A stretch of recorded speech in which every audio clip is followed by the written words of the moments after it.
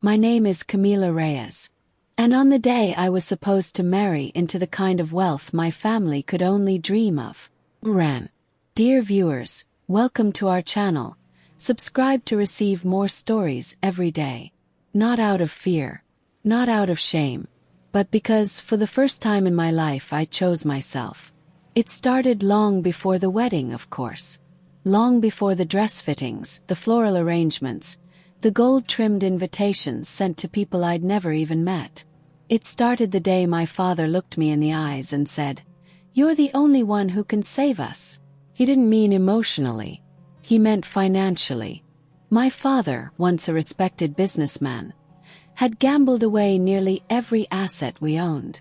Real estate, investments, even the car dealership he'd inherited from his father. It was all gone. The only thing we had left was the family name, Reyes, and even that was bruised from whispered rumors and unpaid debts. Enter Victor Serrano. Victor was older, rich, powerful. The kind of man whose smile didn't reach his eyes and whose generosity always had a leash attached. He ran a chain of private hospitals, ironically enough, and had a reputation for crushing competitors and mistresses alike.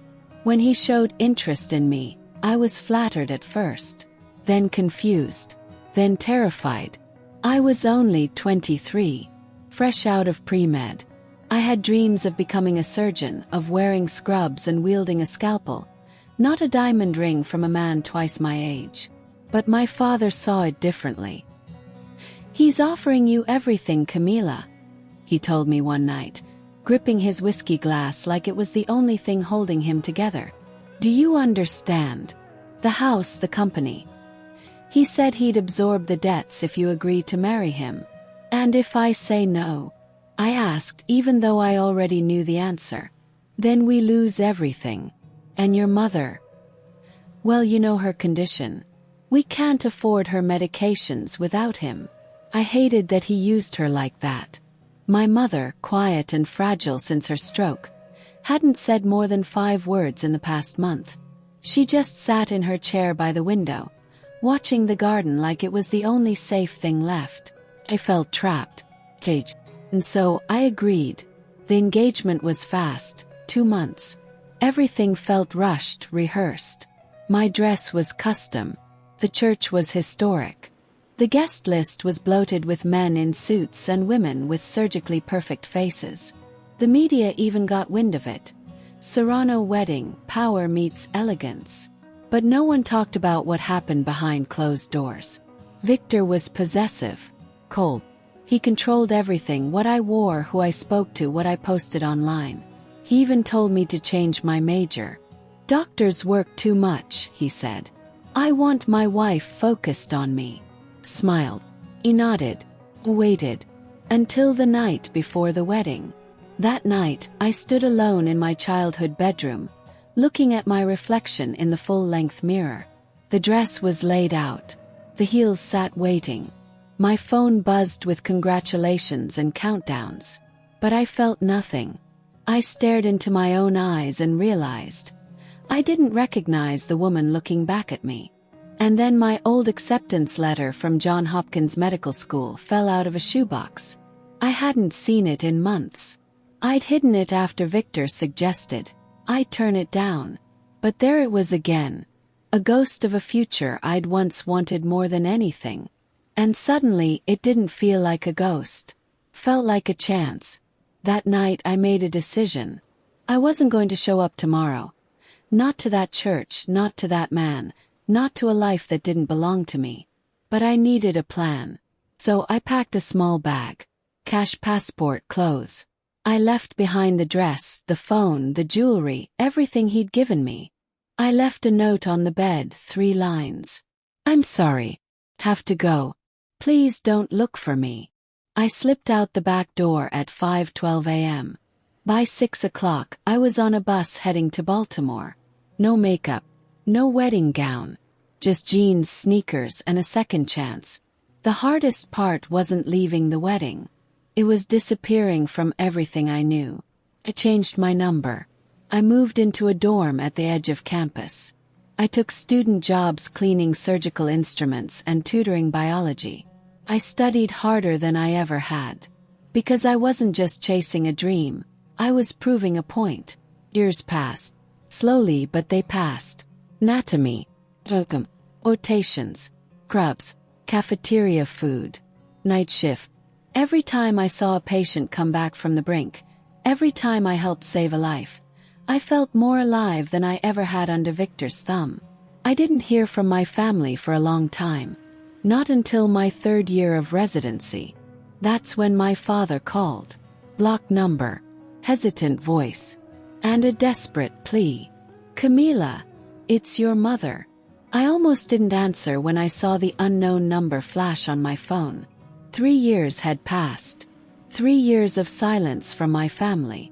3 years since I'd walked away from that cursed altar.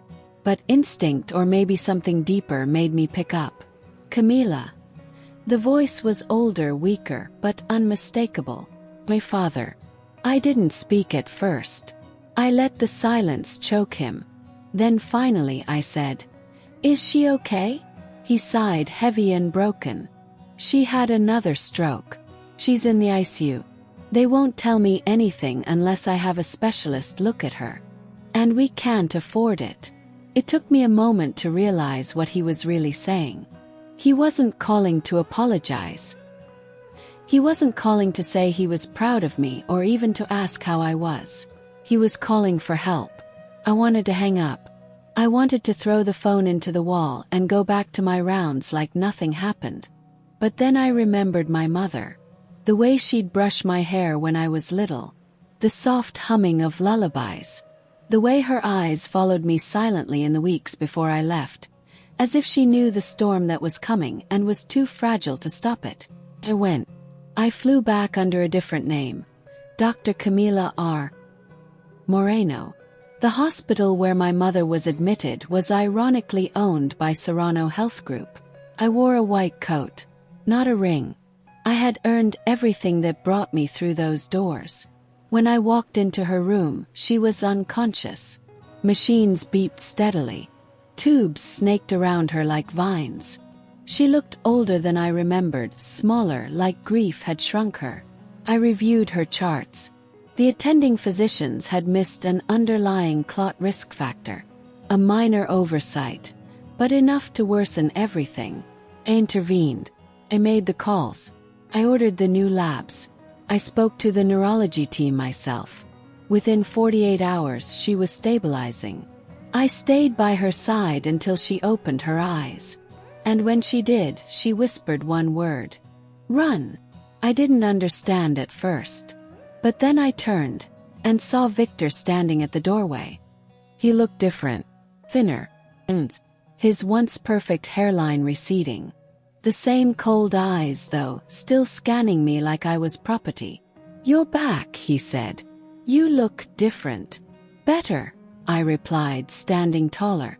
"I look better." He smirked. "Your father told me you disappeared." Imagine my surprise when I heard Dr. Camila Moreno was listed as the attending physician. "So you came here to gloat? Or to reclaim what you never had?" He stepped closer, lowering his voice. "You humiliated me. On a national scale. People still talk about the girl who ran from the altar. I had to pay your father's debts anyway to keep the press quiet. Do you know how that made me look?" "I don't care how you look," I said. "Only how you rot." Victor's smile faded. "You owe me," he said. "No. You owed yourself a better man. And you failed." I left before he could say another word. My mother was transferred to a private rehab center. I covered the cost anonymously. I didn't trust my father or Victor with access to her care. She began to regain her speech, slowly. Every visit she grew a little stronger, and so did I. But word spread. A few weeks later, I got an unexpected call from a prestigious surgical journal. They wanted to feature a young trauma surgeon who had innovated a new triage protocol during her residency. Apparently, my name was being circulated in national medical circles. Said yes. They sent a photographer. The article was titled, "The Rise of Dr. Camila R. Moreno, From Nowhere to the Top." The cover image. Me in my white coat standing in front of the hospital that used to be a prison to me. In high. Eyes forward. The article exploded. Interviews followed. TV appearances. Conference invitations. And then came the gala. The annual Serrano Foundation Gala. A fundraising event for their hospital chain. A who's who of medical elites and donors. I received an invitation addressed to Dr. Camila R. Moreno. They didn't recognize the name. But I RSVP'd. The ballroom sparkled with chandeliers. Waiters moved like shadows. And there on the central stage was Victor, giving his speech about legacy, healthcare access, and the importance of building strong families. I almost laughed. He hadn't seen me yet. Then the MC tapped the mic and said, "Ladies and gentlemen, it is our honor tonight to introduce a rising star in trauma medicine. She's young, brilliant, and making waves across the nation. Please welcome Dr. Camila R. Moreno." Silence fell like a dropped glass. I stepped into the spotlight. Victor's face drained of color. My father, seated beside him, looked like he'd seen a ghost. I approached the podium, heart racing, voice steady. "Thank you," I said. "I'm honored to be here. Though I must confess, this moment is not about honor. It's about truth." Pause. Let the silence swell. I once stood at the edge of this world. Told I wasn't enough. Told to marry power instead of becoming it. Told to give up my dreams in exchange for security. But I chose another path. And then I looked directly at Victor. A scalpel in my hand is worth more than a ring on my finger. The audience erupted in applause. Victor stood, then left, quietly, furiously, defeated. I didn't chase him. I'd already left him once. This time he was the one walking away. After the gala, my life changed. Not overnight, but in waves. Invitations flooded in from every corner of the country. Keynote addresses, hospital boards, research partnerships. But the one that caught my attention came in the form of a discreet letter, marked with an old seal I hadn't seen since childhood. It was from my grandfather's former business partner. He had followed my story in the press and said simply, "Your grandfather would have been proud. There's still an old project with your name on it, if you're ready to build something that matters." And I was. With my savings, reputation, and connections, I founded Reyes Medical Initiative, a foundation aimed at training young women in underserved communities to enter the medical field. Not just as nurses or aides, but as surgeons, researchers, innovators. The kind of women who didn't need to marry a millionaire to survive. They could become one themselves. The launch event was held in the very same building where my mother used to wait for medication approvals. This time she walked in on her own 2 feet. She wasn't fully recovered, but she was stronger, sharper than she had been in years. She took my arm and whispered, "You became more than I ever dreamed. Not just for yourself, for me." I fought tears the whole night. That evening, during the keynote, I told the crowd what I had once written in a note on a silk-covered bed. "I'm sorry. I have to go." And then I added, "But sometimes going is the bravest thing a woman can do." A few weeks later, my father came to visit me.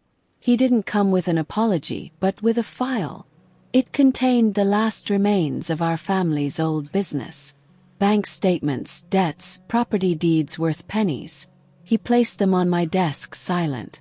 Then he said, "You were right. About all of it." Waited. "I thought selling you off would buy us dignity.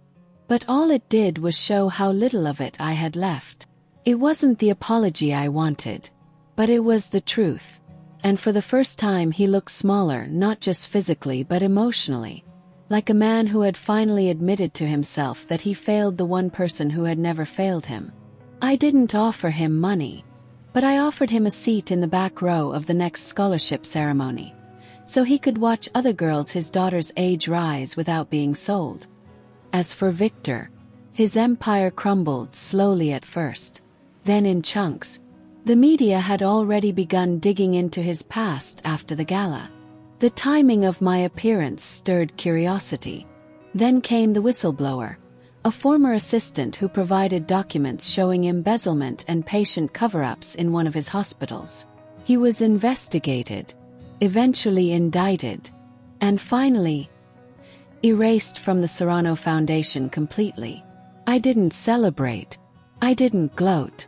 I simply kept building. One of the best days of my life came during my visit to a small clinic we'd opened in Recife. A girl no older than 14 pulled me aside and said, "My father wanted me to drop out of school. But then I saw you on TV."